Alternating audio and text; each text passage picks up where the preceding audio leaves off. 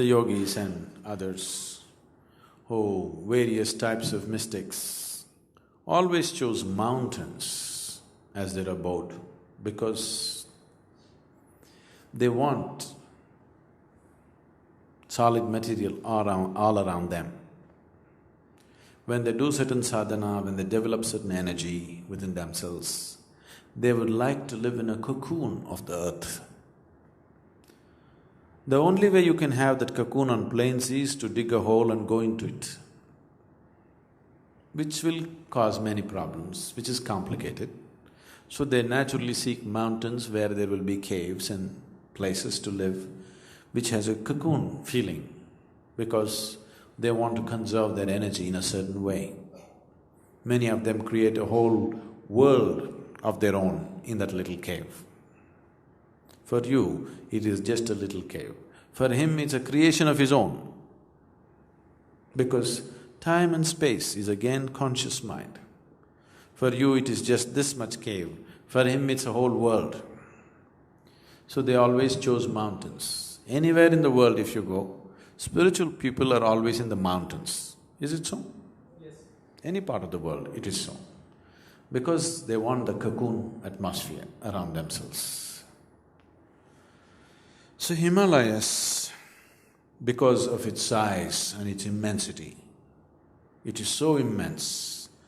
Being in India, if you don't see Himalayas, oh, you really miss something, you know. Before you're too old and no good for anything, you must visit Himalayas once, you know. It's something that you must see. You don't have to go with any belief or faith or anything. Just the size will make you feel like an ant. The big man that you are in the city, you go stand there, you feel like a crawling creature. You are not a big man anymore. It's so immense. It cannot be described. It's something one has to see and experience. So people went, and Himalayas over a period of time became the home of variety of spiritual processes. No other culture has the kind of variety that this land has seen. You know Mark Twain? You heard of Mark Twain? You read something? You read something of Mark Twain? No? Tom Sawyer. You must read Huck Finn. Okay, Tom Sawyer. Huckleberry Finn? When Mark Twain visited India, he particularly went into Himalayas, met many yogis and many mystics. And the comment he made about India is, this is a land where anything that can ever be done, either by man or God, has been done in this place. Probably that's the best compliment India ever received. And Mark Twain is not just an author, his vision and his perception of life is fantastic. So he declared, anything that can ever be done, either by man or God, has been done here. It is so. In terms of understanding life in its depth, when I say life, I'm not talking about living as life, I'm talking about life as creation. In terms of understanding the life process in its utmost depth, no other culture has ever looked at it the way people here have looked at it, the kind of depth and dimension. Though you're living in India, you're not exposed to these things. If you go into the yogic lore, the incredible things that they've done with life are just… you cannot even logically grasp it to that extent.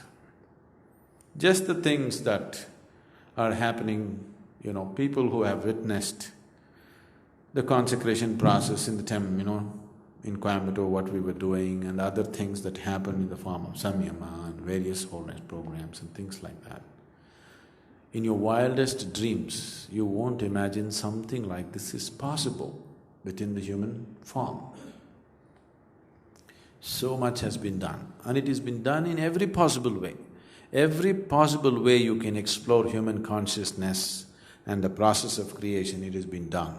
So variety of mystics, yogis, they lived in Himalayas, they chose it as their abode. So when they live there, they naturally leave a certain dimension of energy. These are people who never even spoke to anybody, no teaching, no nothing. So their contribution is they just left their energies in a certain way which cannot be disturbed forever, it's always there. So because of this, Himalayas gathered a certain kind of aura, certain parts of Himalayas. Certain parts are touristy, certain parts of Himalayas gathered a very powerful thing about themselves, that it became a very powerful place to be, that spiritual seekers naturally went in that direction. I think we were saying something about Kedar. You should see Kedar. It's just a small temple, it's nothing. There's no deity there, just an outcrop of the rock like this. Oh, it is one of the most powerful points in the world. You don't have to believe anything. Just go sit there, it'll blow you out, If you work upon yourself to improve your receptivity and then go to a place like that, it'll just blow you. Even the Velangiri hills in South India, they are like a bomb it is. If you go up, it's really fantastic. There are many places like that in the country, but Himalayas attracted maximum number of people in so many ways. In South, there are many places like that. Southern spirituality had a completely different dimension to it. So, in the northern part of the country, there is a certain type of spirituality. The southern part of the country has a completely different kind of mysticism. All this came from Agastya Muni. You've heard of Agastya? Yes. Among the 7 disciples, the first 7 disciples of Shiva, one of them was Agastya, who is a Kriya Yogi. Any number of legends about Agastya. Any part of the country you go, they say Agastya meditated in this place, Agastya walked there, Legends have grown. Agastya was one of the greatest sages that India has ever seen, or anywhere in the world has ever seen, you can say, because he is a mystic of enormous proportions. So Agastya Muni is the one who came south, and he lived in the south, so things grew out of him, and the whole southern mysticism grows out of Agastya Muni. For thousands of years it's been nurtured. And southern people had a certain kind of,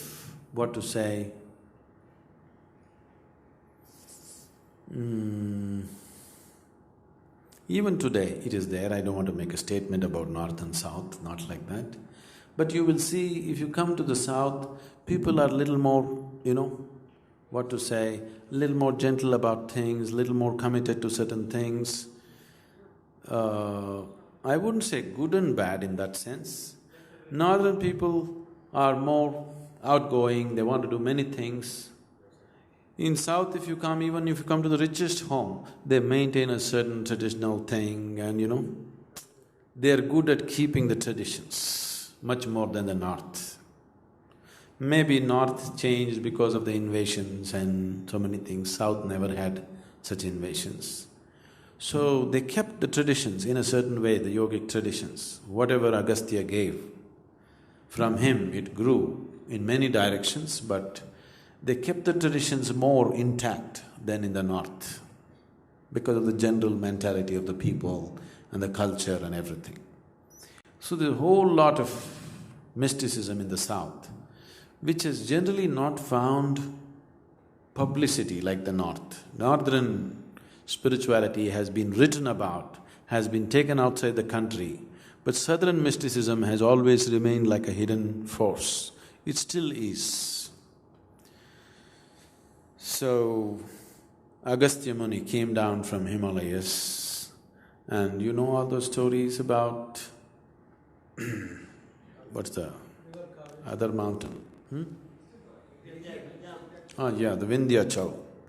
You know about the Vindhyachal, he bowed down and this happened, all that stuff. Okay, leave that. But Himalayas gained its fame and its attraction is because so many people somehow chose it, because it's like a labyrinth, it's like going back into the earth's womb itself. You go round and round and round and round from valley to valley, valley to valley, it keeps going and going and going. How much ever you drive, it's just going and going, So it is like almost for people, now we are driving, but when people walked, you could have imagined their experience. Just imagine, no roads, nothing, you are walking into Himalayas. Those of you who travelled in Himalayas, suppose you were walking, let's say to Kedar or Badri from New Delhi, can you imagine the experience? You can't figure out where you are, You're in and in and in and in. It's almost like going into the womb of the earth, and that's how people experienced it. So more and more people went there. For more on Sadhguru, visit www.ishafoundation.org.